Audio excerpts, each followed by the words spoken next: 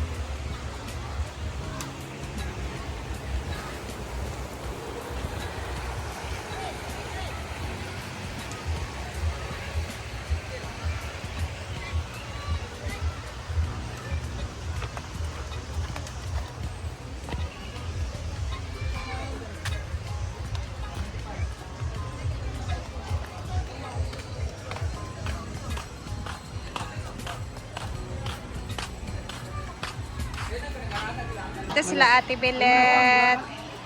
Guys, my dear ate and family niya.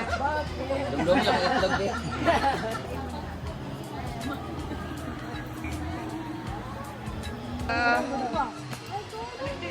Hello! Upload na ako sa YouTube later.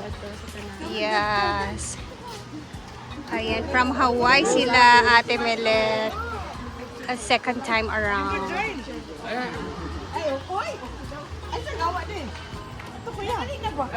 Di na kuya, oh, kamutanan bi ako picture bi. Ako picture bi, kamutanan. Kamutanan. See everyone. Okay, wait. Ay! 1, 2. Sige pa. Okay. Pero pag na pa sila. Salamat. Thank you. Thank you.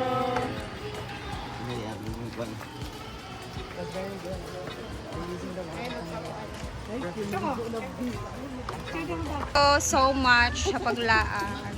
I know. Ano? Punta pa sila ng Sagpulon Falls. Magsiswimming pa sila, guys. Dapat kaayo.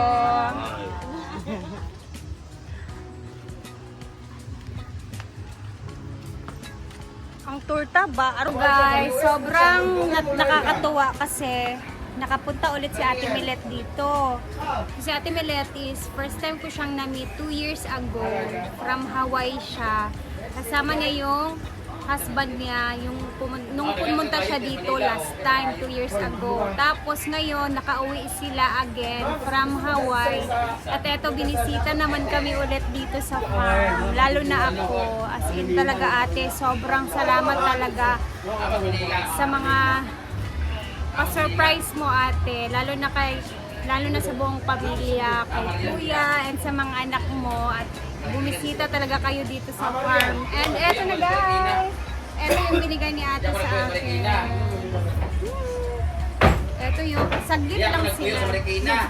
Saglit lang sila actually guys kasi pupunta pa sila ng Sagpulon Falls. So, meron na tayong bagong bag.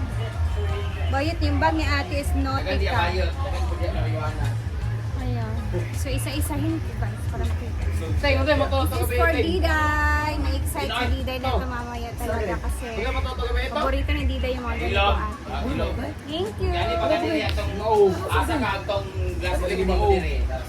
And next naman is meron siyang pabisket. Tada.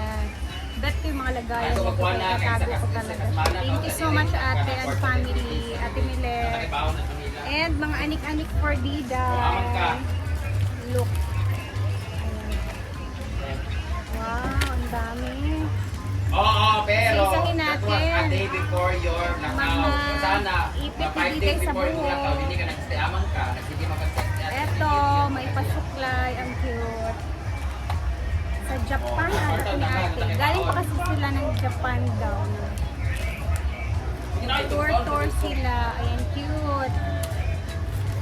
Ayan, mga anik-anik ni Diday.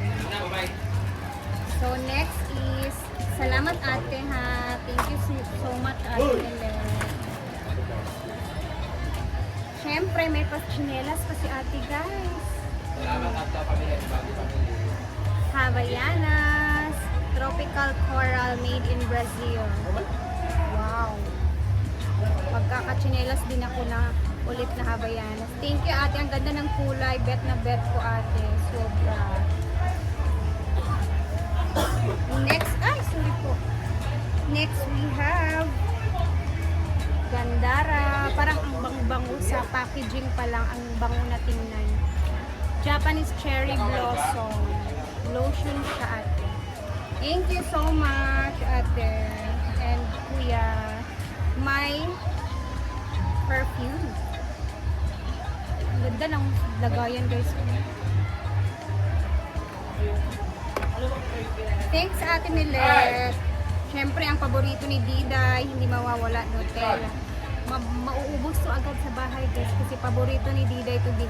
Laging bumibili ng sliced bread kasi paborito niyang ipalaman talaga sa. And meron tayong lipstick. This is MAC lipstick in the shade of back. Shade A95.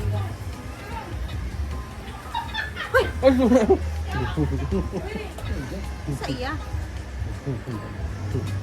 Sana all nagkaon sila glitch. Tsada gid siya ate. Naani bagay sa ako diretsyo. Yan. Baboy ang yan. Thank you ate. And of course, meron akong bagong bag na this time Nautica naman dahil. Mahal ba na yan? No, Oo, kasi parang ano to siya eh. Alam niyo guys, itong bag na lagi kong ginagamit. Ito yung first time na nagkita kami ni Ate Milet. Ito yung gift niya sa akin nung pumunta siya 2 years ago. So ginagamit ko pa din siya and okay na okay pa siya. Ginagawa ko siyang everyday bag dito sa hinaguan ko. Parang yun naman yung itsura naalagaan ko talaga yan ng maayos. And now, meron na tayong another na magagamit na everyday bag na ligon kay siya. Laganaan ko ani tingano dagang kay mga side pockets. Yan, yan. Haan. Ngayon, bukan slot ano. Yan? Haan. Palit. Wala, bongga ate, daming pockets. Ganito talaga yung gusto ko sa bag. Yung daming malalagyan ng mga anik-anik sa loob ba, mga pockets. So, ayan na siya guys. Thank you so much ate, kuya, and family. Kasama niyo yung mga anak niya, mga pamangkin Ulo, ata mga yung dog iba. yun. And then papunta na sila sa Sagpulon Falls. And buti na lang dumating yung torta na ibibigay ko kay Ate Milet. Ayun, doon nabigay na ni Mark doon sa labasan mismo kasi inaantay nila ate. So yung torta, nabitbit na nila. So yun naman yung ano ko sa kanya yung torta. Isang box ng torta ni Jana. Nag-order ako para meron din, makatikim din siya sa napakasarap ng torta ni Jana. So anyway, thank you again Ate Milet and family. God bless you more ate. Salamat talaga. God bless you And po. mag-ingat kayo lagi sa inyong mga lakad-lakad. And see you soon. Punya ya. Time check tayo, 4:30 na ng hapon. And biglang umulan. Oh, so hindi na sila magdidilig kasi umulan bigla. And yung mga tao sa function hall na nag-reunion, umalis na din sila guys. And nandito sila bating. Tingnan niyo yung kulay yan ng ating swimming pool sa farm.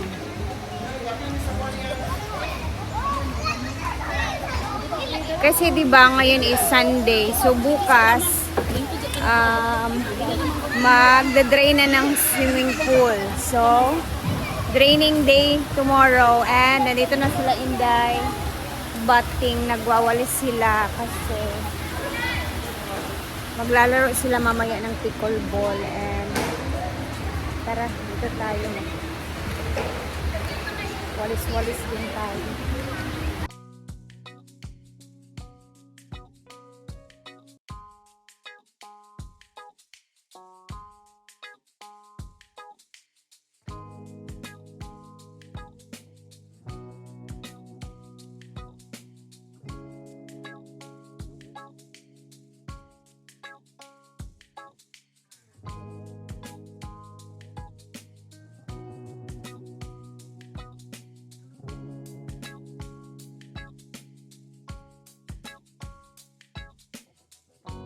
Grabe ka abog.